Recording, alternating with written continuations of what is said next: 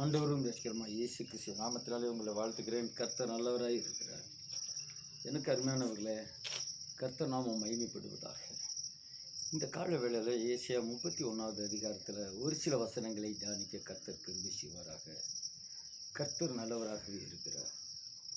எனக்கு அருமையானவர்களே, 31:1 சகாயம் அடையும்படி இஸ்ரவேலுடைய பரிசுத்தரை நோக்காமலும் கர்த்தரை தேடாமலும் எகிப்துக்கு போய் குதிரைகள் மேல் நம்பிக்கை வைத்து ரதங்கள் அநேகமாய் இருப்பதினால் அவைகளை நாடி குதிரை வீரர் மகா பலசாலிகளாய் இருப்பதினால் அவர்களை நம்பிக்கொண்டிருக்கிறவர்களுக்கு ஐயோ.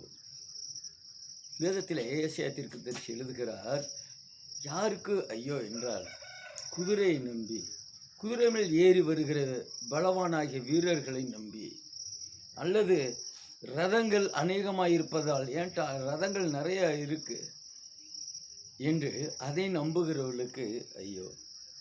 நாம் சகாயம் அடையும்படிக்கு இஸ்ரவேலுடைய பரிசுத்தரை நோக்க வேண்டும், கர்த்தரை தேட வேண்டும் என்று வேதம் கற்றுத்து. அப்படி தேடாவிட்டால் ஐயோ என்று சொல்லப்படுகிறது. அதற்கு அடுத்து ஒரு வசனம் சொல்கிறது, 2வது வசனம், அவரும் ஞானம் உள்ளவர், அவர் தம்முடைய வார்த்தைகளை மறுக்காமல் தீங்கு வர பண்ணி தீமை செய்கிறவர்கள் வீட்டுக்கும் அக்கிரமக்காக சகாயம் செய்கிறவர்களுக்கு விரோதமாக எழும்புவார். இன்னைக்கு அநேக பேர் அக்கிரமம் செய்கிறவர்களுக்கு இசைவாய் ஒத்து போகிறார்கள், திருடர்களுக்கு ஒத்து போகிறார்கள், கொலைகாரர்களுக்கு ஒத்து போகிறார்கள், விபச்சாரக்காரர்களுக்கு ஒத்து போகிறார்கள், அக்கிரமம் செய்கிறவர்களுக்கு ஒத்து போகிறார்கள். தீமை செய்கிறவர்கள் பெருகி கொண்டிருக்கிறார்கள், நன்மை செய்கிறவர்கள் குறைந்து வருகிறார்கள். அன்பு தணிந்து வருகிற இந்த கடைசி நாட்களிலே அவர் தம்முடைய வார்த்தைகளை மறுக்காமல் தீங்கு வர பண்ணி, யாருக்கு தீங்கு வர பண்ணுகிறார்? தீமை செய்கிற வீட்டுக்கும் அக்கிரமக்காரருக்கும் சகாயம் செய்கிறவர்களுக்கும் விரோதமாக எழும்புவார். அக்கிரமம் செய்கிறவர்களுக்கு சகாயம் செய்வார்கள், அவர்களுக்கு உதவி செய்கிறவர்களுக்கு கர்த்தர் என்ன செய்ய தீங்கு வர பண்ணுகிறார். அப்போ இன்னைக்கு ஜனங்களுக்குள்ளாக தீங்கு வருவதற்கு காரணம் அக்கிரமம் செய்கிறவர்களுக்கு உதவி செய்கிறதுனால, அநியாய செய்கிறவர்களுக்கு உதவி செய்கிறதுனால. இப்படி அக்கிரமம் செய்கிறவர்களுக்கு உதவி செய்கிற, அநியாய செய்கிறவர்களுக்கு உதவி செய்கிறவர்களுக்கு சோத்திரம் தீங்கு வரும். இன்னைக்கு அநேக பேர் இதெல்லாம் நினைக்கிறது இல்லை. என்ன ஒரு உதவி தானே செய்கிறோம். அக்கிரமக்களுக்கு எப்படி உதவி செய்யலாம்? கள்ள தீர்க்கதரிசிகளுக்கு எப்படி உதவி செய்யலாம்? இழிவான ஆதாயத்தை தேடுகிறவர்களுக்கு எப்படி உதவி செய்யலாம்? கள்ள போதனை செய்கிறவர்களுக்கு எப்படி உதவி செய்யலாம்? கள்ள விசுவாசிகளுக்கு என்ன உதவி செய்யலாம்? எப்படி செய்யலாம்? அப்படி உதவி செய்கிறவர்களுக்கு தீங்கு வருமா? கர்த்தருடைய நாம் மகிமைக்காக எனக்கு அருமையானவர்களே, கர்த்தர் வேதத்தை மாற்ற மாட்டார். அவர் வார்த்தைகள் மறுக்காமல், தம்முடைய வார்த்தைகளை அவர் மறுக்க மாட்டார். தீங்கு செய்வன் என்றால் தீங்கு செய்கிறவர். அதனால் நாம் சகாயம் செய்கிறது யாருக்கு செய்கிறோம் என்று அறிந்து செய்யணும். உதவி செய்கிறவர்கள் எப்படிப்பட்டவர்கள் அறிந்து உதவி செய்யணும். அப்படி இல்லாதபடியாய் செய்வோமானால் நமக்கு தீமை வரும். பாருங்க, வேதத்திலே 31:3 ஏசாயா, எகிப்திய தெய்வம் அல்ல, மனுஷர் தானே அவர்களுடைய குதிரைகள், ஆவிகள் அல்ல. எகிப்திய மனுஷர்கள் தான், அவர்களுடைய குதிரைகள் ஆவி அல்ல, மாம்சம்தானே. கர்த்தர் தமது கரத்தை நீட்டுவார், அப்பொழுது சகாயம் செய்கிறவனும் இடறி சகாயம் பெறுகிறவனும் விழுந்து அனைவரும் ஏகமாய் அழிந்து போவார்கள். துன்மார்க்கருக்கு சகாயம் செய்கிறவரும் அழிந்து போவார்கள் தான். தீமை வரும், அழிந்து போவார்கள். எனக்கு அருமையானவர்களே, அப்படியாக துன்மார்க்கருக்கு நாம் போய் சகாயம் செய்ய வேண்டிய அவசியம் இல்லை. அருவருப்பானவர்களுக்கு சகாயம் செய்ய வேண்டிய அவசியம் இல்லை. பாவ அக்கிரமங்களை செய்கிறவர்களுக்கு, லஞ்ச லாவணத்தில் திளைக்கிறவர்களுக்கு சகாயம் செய்ய வேண்டிய அவசியம் இல்லை. லஞ்சம் வாங்கினால் தண்டனை உண்டு, குடித்தால் சரீரம் கெட்டுப்போகும், குடி கெட்டுப்போகும்.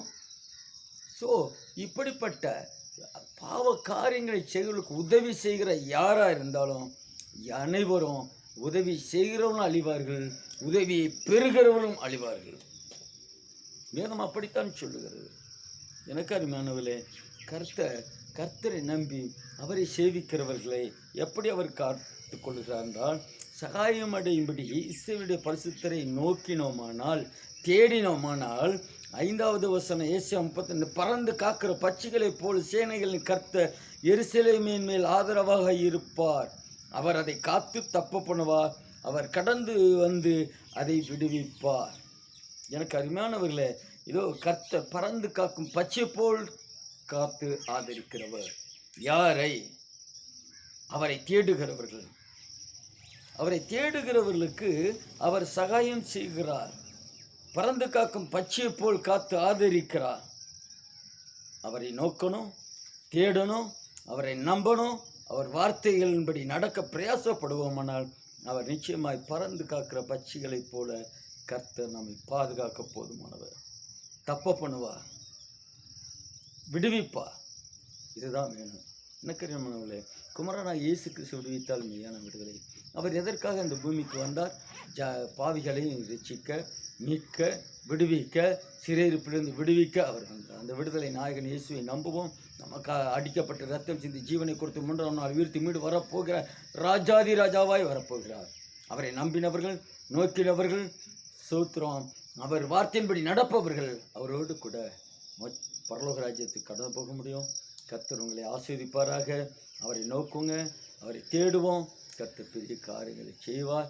துன்மார்க்கருக்கு உதவி செய்யாமல் இருப்போம். அசுத்தமானவர்களுக்கு சகாயம் செய்யாமல் இருப்போம். பாவத்தை செய்து கொண்டே இருக்கிறவர்களுக்கு ஒத்தாசையாக இல்லாமல் இருப்போம். பாவத்தை அதை செய்கிறவர்களுக்காக செபிப்போம். கர்த்தர் பெரிய காரியங்களை செய்ய. எனக்கு அருமையானவர்களே, கர்த்தர் உங்களை ஆசீர்வதிப்பாராக. எங்களுக்காக செபித்துக் கொள்ளுங்கள். வருகிற 17/8/2024 3வது சனிக்கிழமை, வர்ற சனிக்கிழமை விடுதலை உபவாச ஜபம், லீபனோன் ஜபத்தோட்டம், பால்பண்ணை சிறுமலை ரோடு, பால்பண்ணை bus stop, Sirumalai road, Rendalaipparai, Dindigul இருக்கிற இந்த ஸ்தலத்தில் விடுதலை உபவாசம் இருக்கிறது. நீங்கள் இந்த பிசாசை பிடித்திருக்கிற பயந்த கோளாறு பிலிசூனியத்தில் பாதிக்கப்பட்டவர்களை நீங்கள் அழைத்து கொண்டு வாருங்கள். இயேசு நிச்சயமாய் விடுவிப்பார். அதே போல் இணைந்து செபிக்க வாருங்கள். தேசத்தில் ஒரு மறுரூபப்படுத்துவோம். தேசம் ஒரு மாற்றத்தை காணணும். கர்த்தர் உங்களை ஆசீர்வதிப்பாராக. கர்த்தர் பெரிய காரியங்களை செய்வாராக. ஆமென்.